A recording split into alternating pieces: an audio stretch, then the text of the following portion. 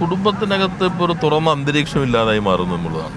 ഓരോരുത്തരും ഓരോ കമ്പാർട്ട്മെൻറ്റ് അടച്ച പെട്ടിയെന്ന് മുഖ്യമന്ത്രി പറഞ്ഞതുപോലെ തന്നെ കുടുംബത്തിനകത്തും ഓരോരുത്തരും അവരവരുടെ ഒരു ലോകത്തിലേക്ക് മാറുന്നു.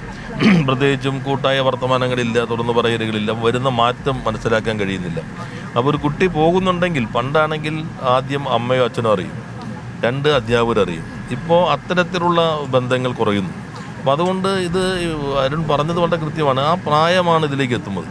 നമ്മളിപ്പോൾ ഗവൺമെൻറ് തീരുമാനിച്ച് ഏതെങ്കിലും സ്കൂളിനോട് ചേർന്നുള്ള കട, അത് ഇൻസ്പെക്ഷൻ നടത്തുന്നുണ്ട്, ഏതെങ്കിലും കടയിൽ ഇത്തരത്തിലുള്ള വിൽപ്പന ഉണ്ട് എന്നറിഞ്ഞു കഴിഞ്ഞാൽ പൂർണ്ണമായിട്ടും പിന്നെ ഒരിക്കലും ആ ലൈസൻസ് കൊടുക്കില്ല. ഇങ്ങനെ കർക്കശമായ തീരുമാനങ്ങൾ സർക്കാർ സ്വീകരിച്ചിട്ടുണ്ട്.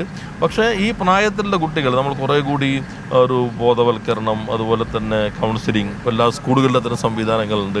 അപ്പോൾ അതെല്ലാം തന്നെ ശക്തിപ്പെടുത്തേണ്ടതുണ്ട്. നിങ്ങളിപ്പോൾ സ്കൂളിലെ കുട്ടികളാണല്ലോ നിങ്ങളുടെ കൂടെ ഉള്ളത്.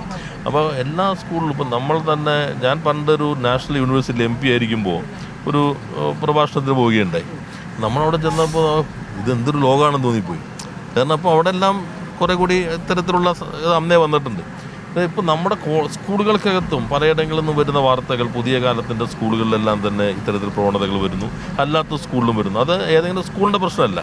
നമ്മുടെ ഈ തലമുറയിൽ വരുന്ന പുതിയ കാലത്തിൻ്റെ മാറ്റങ്ങൾ, അവനെ ഉപയോഗിക്കാൻ ശ്രമിക്കുന്ന ഒരു ദുഷ്ടശക്തികൾ, ഒരു നെക്സസ് ശക്തമായിട്ടുണ്ട്.